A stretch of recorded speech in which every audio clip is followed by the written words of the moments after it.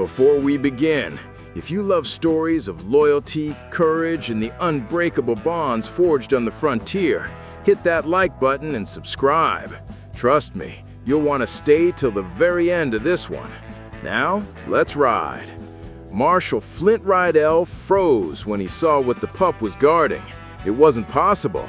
Out here, 20 miles from Copper Ridge, in a canyon no one traveled after dark, lay something that would haunt him for the rest of his life.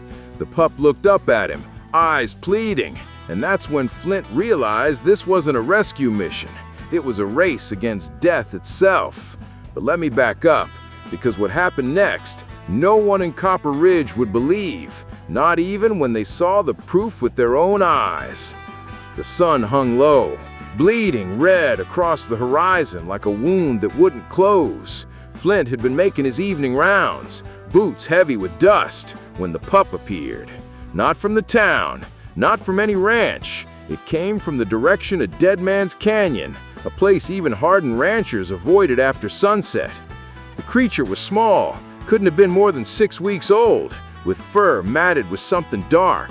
Blood, Flint realized, not its own. The pup planted itself directly in his path, looked up at him with eyes far too old for its tiny frame, and let out a sound that made his skin crawl. Not a bark, not a whimper, a wail, sharp and desperate like a child screaming for help. Flint crouched down slow. "Easy now, where'd you come from, little one?" The pup spun and bolted 3 steps, stopped, looked back. Its whole body trembled with urgency. Then it did something that made Flint's gut twist. It grabbed the cuff of his pants in its teeth and pulled, hard, insistent, frantic. "What in the hell?" Flint muttered. The pup released him, barked once, sharp as a gunshot, then took off toward the canyon mouth. It stopped after 10 feet, looked back, and the sound it made next wasn't animal. It was accusation. It was rage. It was begging. Every instinct Flint had learned in 15 years wearing the badge told him to walk away. Canyon could kill a man in a dozen ways. Rattlers, flash floods, outlaws hiding in the rocks. But that sound, that desperate, broken sound, hooked into his chest and pulled. "Damn it," he growled, and followed. The pup moved like it knew exactly where it was going, and that terrified him more than anything. This wasn't wandering, this was purpose. The canyon swallowed them whole, walls rising on either side, shadows thick as smoke. The temperature dropped 10 degrees in as many steps. Flint's hand drifted to his Colt, fingers brushing the grip. The pup never slowed. It darted between boulders, scrambled over loose rock, always checking to make sure he followed. The deeper they went, the worse Flint's feeling got. Something was wrong here. Something beyond a lost animal. Then he heard it, faint, barely there, carried on the canyon wind. A whimper, low, pained, barely clinging to life. The pup heard it too and exploded forward, crying out in response. Flint broke into a run, boots slipping on loose stone, heart hammering against his ribs. He rounded a narrow bend and stopped dead. His breath caught like a fist had closed around his throat. There, half buried beneath a collapsed pile of branches and debris, lay a cattle dog. Her ribs showed through matted fur, each breath a rattling gasp. She'd been here for days, maybe longer. One leg was twisted at an angle that made Flint's stomach turn. But that wasn't what froze him. It was her eyes. They found his through the gathering dark, and in them he saw something that nearly broke him. Not fear, not pain, relief. She'd been waiting, holding on, because she knew somehow, she knew her baby would bring help. The pup was already there, pressing against her muzzle, licking frantically at her face, making sounds that tore at Flint's heart. The mother dog tried to lift her head, managed barely an inch, and her tail, that broken, dirt-caked tail, thumped once against the ground. Flint dropped to his knees. "God almighty, how long have you been here, girl?" He reached out slow, let her smell his hand. She pressed her nose into his palm, and he felt how cold she was, too cold. He started pulling away branches, working fast but careful. The pup stayed right there, never moving from its mother's side, watching Flint work with something like hope blazing in its young eyes. When he finally cleared enough to see the full extent of it, rage flooded through him. This wasn't an accident. Someone had done this. The branches had been deliberately piled, rocks placed to pin her down. This was cruelty, calculated and cold. "Who did this to you?" Flint whispered. The mother dog just looked at him, and somehow that look said everything. Said it didn't matter who, only mattered that someone came, that her baby wouldn't be alone. Flint stripped off his duster, folded it beneath her head. "I'm getting you out of here. Both of you. You hear me? You stay with me now." He slid his arms beneath her, so gentle it hurt, and lifted. She weighed almost nothing. Bones and will, that's all that was left. The pup pressed close to his legs, whimpering as Flint started the long walk back. Each step careful, each breath a prayer he didn't know he still remembered. The canyon seemed to stretch forever, walls closing in, darkness rising like floodwater. His arms burned, his back screamed. The dog's breath against his chest grew shallower, more regular. He walked faster, boots slipping on loose stone, nearly going down twice. The pup stayed right with him, never falling behind, its little voice crying out encouragement or warning or grief. Flint couldn't tell which. When they finally broke from the canyon mouth, moonlight spilled across them like salvation. His mare waited where he'd left her, ears pricked forward, eyes rolling white at the smell of blood. Flint spoke low and calm, got her settled, then carefully draped the dog across the saddle. The pup scrambled up with help from his boot, positioning itself against its mother's neck. Flint swung up behind them both, gathered the reins, and drove his heels in hard. The mare bolted, hooves pounding the hardpan, eating up ground toward Copper Ridge. Wind screamed past, stars wheeled overhead, and against his chest, Flint felt the dog's heartbeat, faint and irregular, counting down seconds they might not have. "Stay with me," he said through gritted teeth. Don't you dare give up now." The pup's cries cut through the thunder of hooves, sharp and desperate. Flint pushed the mare harder than he ever had, faster than was safe in the dark. But safe didn't matter. Only speed mattered now. Copper Ridge appeared in the distance, lamplights flickering like fallen stars. He aimed straight for Doc Brennan's barn at the edge of town, the horse's sides heaving, foam flying from its mouth. He hauled back on the reins, the horse sliding to a stop in a cloud of dust. Flint hit the ground running, the dog in his arms, the pup at his heels. He kicked open the barn door shouting, Doc Brennan, I need you now!" The old veterinarian appeared from the back, wiping sleep from his eyes, took one look at what Flint carried, and his face went hard with focus. "Table now!" Flint laid her down as gently as he could. The pup tried to jump up, couldn't make it, so Flint lifted it, set it beside its mother. The little thing pressed close, licking at her face, whimpering words in a language only they understood. Doc Brennan's hands moved fast, examining, probing, his face giving nothing away. Flint stood back, fists clenched, jaw tight, watching every movement. Finally, Doc looked up. His expression made Flint's blood run cold. "Marshal, I need you to listen careful. She's got maybe an hour in her, 2 if we're lucky. She's been out there at least 4 days without food or water. Exposure, dehydration. That leg's infected, probably septic by now. Her organs are starting to shut down. Fix her," he said. "Not a request, an order. I'm trying to tell you, there might not be anything to fix. Even if I could stabilize her tonight, she'd need constant care for weeks. Might not survive even then. The kindest thing might be to let her go peaceful, save her the suffering." The pup let out a sound that stopped both men cold. It wasn't a whimper. It was a howl, raw and primal, the sound of a heart breaking in real time. The little creature pressed itself against its mother's neck, and the mother dog, with what had to be her last reserve of strength, lifted her head just enough to touch her nose to her baby's head, one last time.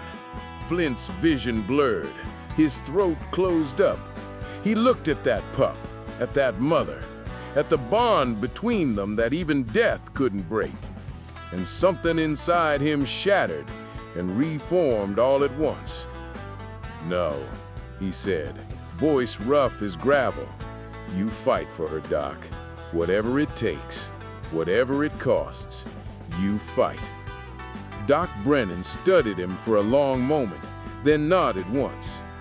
"All right, Marshal, but you better pray, because medicine alone won't save her. She'll need something more. She'll need a reason to live." Flint moved to the table, placed his hand gently on the dog's head. She opened her eyes, found his, and he saw it again. That look, that trust. "You got a reason," he said softly. "Right here. Your baby needs you, and I'm not letting either of you go." The next hours blurred together in a haze of lamplight and fear. Doc worked with steady hands, cleaning wounds, setting the leg, forcing fluids. The dog never left its mother's side, and Flint never left either one of them. He sat on a hay bale, watching, waiting, praying to a God he'd stopped talking to years ago.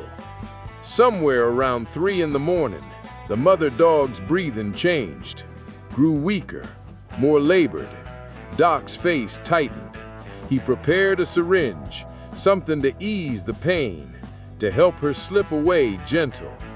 His hand hovered over her foreleg, ready to administer mercy. The pup sensed it somehow. It climbed on top of its mother's chest, pressed its little body over her heart, and let out a cry that raised every hair on Flint's neck. The mother dog's eyes fluttered open, found her baby, and her tail, that broken bandaged tail, moved. Just once, but it moved. Doc Brennan froze, syringe forgotten. "I'll be damned." Flint leaned forward, hardly daring to breathe. The mother's breathing steadied just slightly, just enough. Her eyes stayed open now, fixed on her pup, and something in them shifted. That look of surrender faded, replaced by something fiercer, something that said, "Not yet, not while my baby needs me." Doc lowered the syringe, set it aside. "Well then, looks like we got ourselves a fighter." The next 3 days tested everyone. The mother dog crashed twice more, her body trying to give up what her will refused to surrender. Each time the pup was there, crying, licking, pressing close, and each time she came back, weak, trembling, but back. Flint barely left the barn. He brought his bedroll, slept on the floor beside the recovery stall, brought meals he barely touched, sat for hours with his hand on the dog's side, feeling her breathe, counting each breath like a blessing. By the 4th day, she could lift her head. By the 5th, she took water on her own. By the 6th, she ate. Not much, just a few bites of softened food, but it was progress. The pup's whole demeanor changed. The desperate fear faded, replaced by cautious hope. Doc Brennan pulled Flint aside on the 7th day. "Never seen anything like it, Marshal. By all rights, she should be dead, would be dead, if not for that pup, and you." Flint shook his head. "Wasn't me, Doc, was her. She's got more heart than any creature I've seen." "What are you planning to do with them once she's strong enough?" Flint looked through the stall slats at the pair of them. The pup curled tight against its mother, both of them sleeping peaceful for the first time since he'd found them. "Keep them, if they'll have me." Doc smiled. "Something tells me that won't be a problem." 2 weeks after that night in the canyon, the mother dog could stand, wobbly, weak, but standing.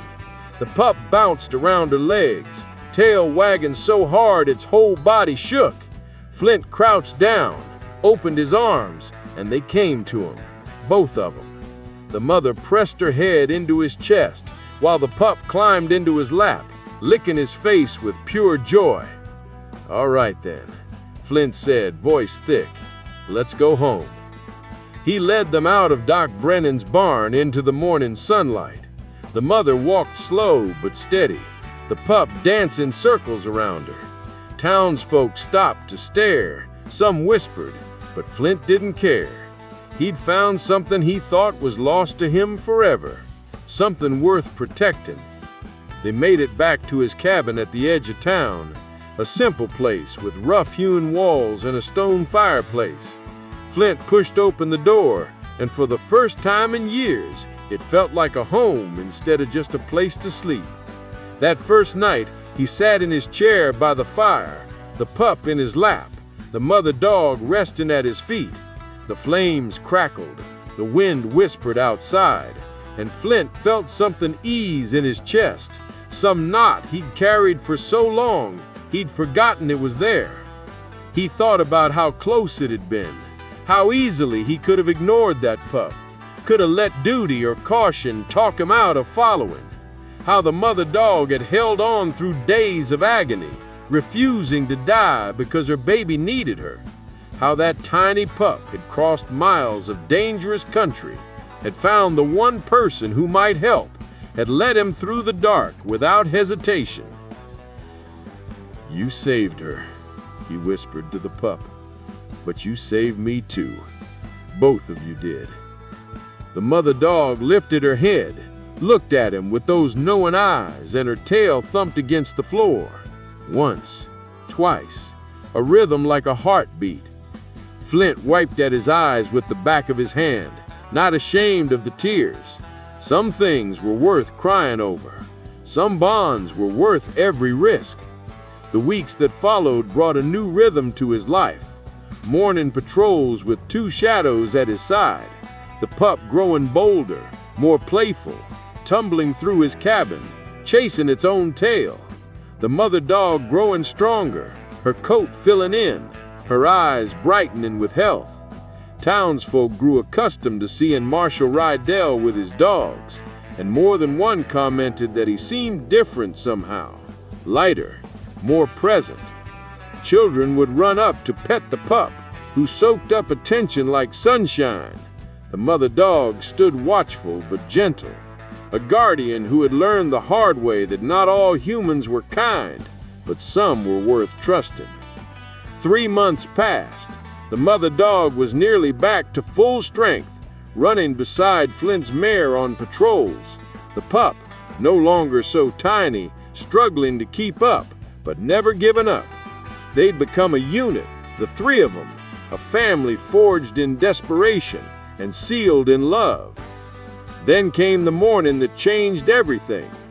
Flint was checking his gear, getting ready for his weekly patrol of the canyon territories, when the mother dog did something strange. She paced to the door, paced back, whined low in her throat. Her ears were pricked forward, her body tense with something Flint couldn't name. Not fear, something else. "What is it, girl?" She barked once, sharp, then nosed at the door. The young pup joined her, mimicking its mother's behavior, both of them looking at Flint, then at the door, then back to Flint. "You want to go somewhere?"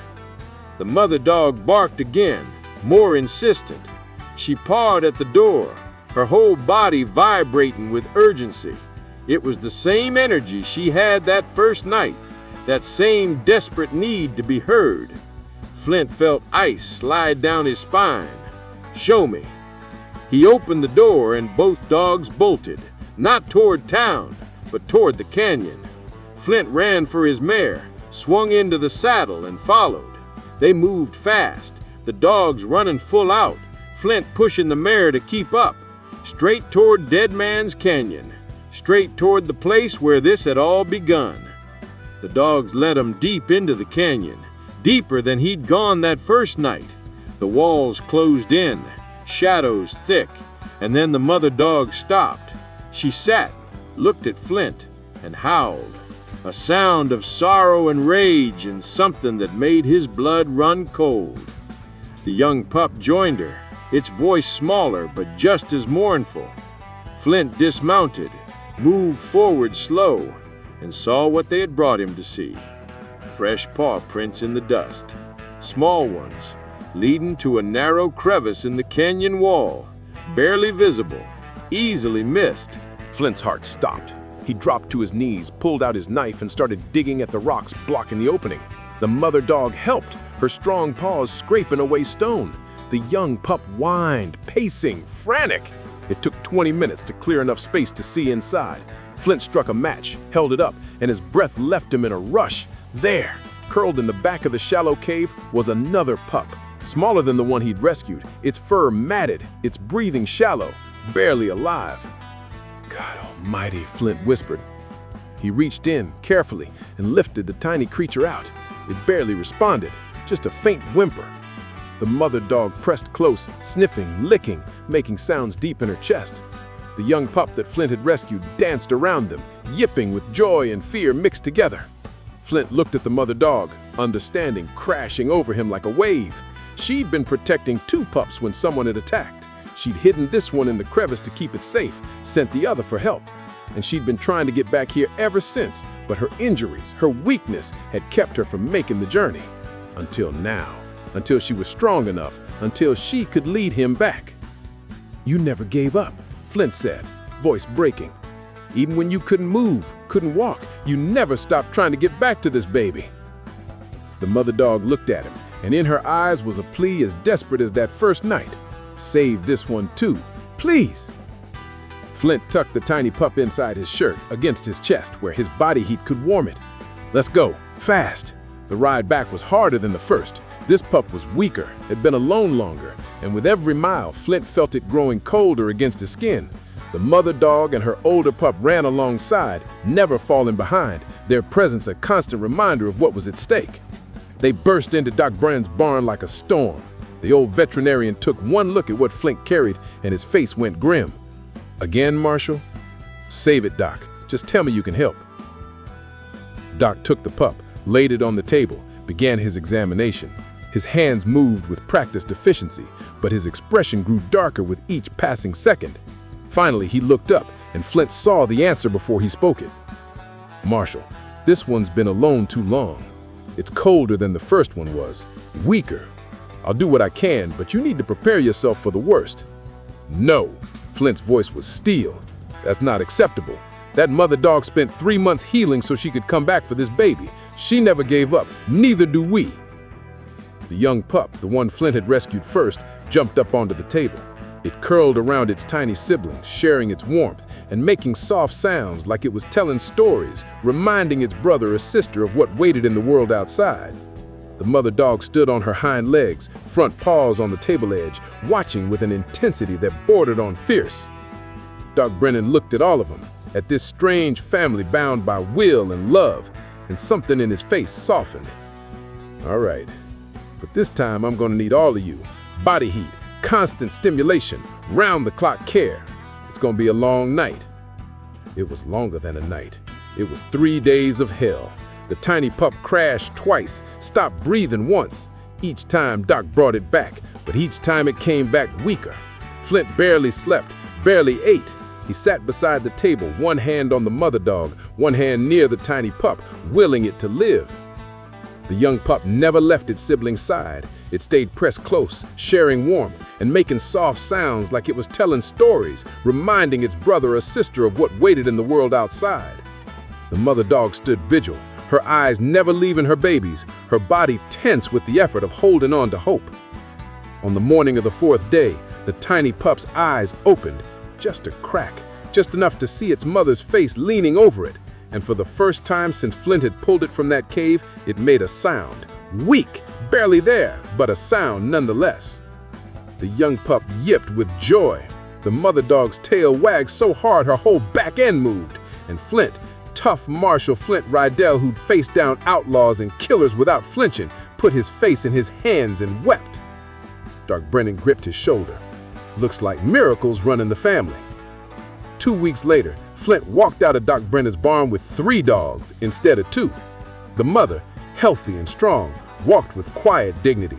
The young pup, now gangly and energetic, bounded ahead, full of life. And the tiny one, still weak but alive, rode in a sling across Flint's chest, peering out into the world with curious eyes. Townsfolk stopped to stare. Word had spread about the second rescue. about the mother dog's determination, about Marshal Rydell's refusal to give up. Some smiled, some nodded respect, and some, the ones with gentler hearts, wiped at their eyes. Back at his cabin, Flint set the tiny pup down on a blanket by the fire. Both older dogs immediately curled around it, creating a warm, protective circle. The little one yawned, stretched, and settled in between them like it had always been there. Flint sat in his chair, watching them, and felt something vast and overwhelming settle in his chest. This was family. Not the family he'd been born to or expected, but the family he'd chosen. The family that had chosen him back. That night, as stars wheeled overhead and the desert wind whispered secrets, Flint spoke into the fire-lit dark. Sometimes the smallest voices lead us to the biggest truths. Sometimes the weakest creatures show us what real strength looks like. And sometimes, when we think we're saving someone else, we're really saving ourselves. The mother dog lifted her head, looked at him with eyes that held wisdom earned through suffering, and her tail thumped against the floor, a sound like agreement, like understanding, like love made solid and real. Months turned to seasons. The tiny pup grew stronger, never quite catching up to its sibling in size, but fierce and loyal in ways that made up for it. The three dogs became legend in Copper Ridge, the family that survived against all odds, the Marshal who'd risked everything to save them. But Flint knew the truth. They'd saved him long before he'd saved them. They'd given him purpose, given him love, given him a reason to come home at the end of hard days. They'd reminded him that some bonds were worth fighting for, that family wasn't always blood, and that loyalty had no price. The mother dog never forgot the canyon.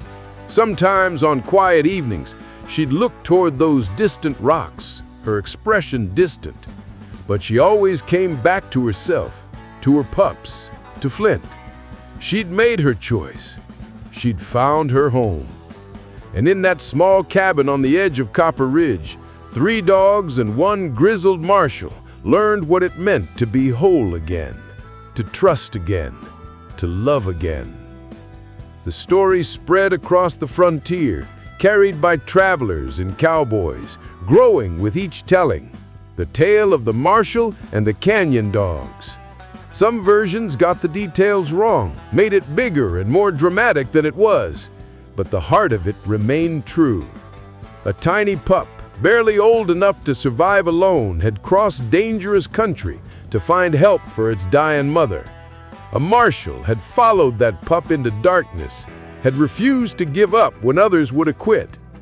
A mother dog had held on through agony, had protected her babies with the last of her strength, and together they'd beaten odds that should have crushed them. Because that's what family does. It survives, it endures, it fights. Years later, when folks asked Marshal Flint Rydell about that night, about what made him follow a strange pup into a deadly canyon, he'd just smile and say, "Sometimes you don't choose the path. Sometimes it chooses you. And the only thing that matters is whether you're brave enough to walk it."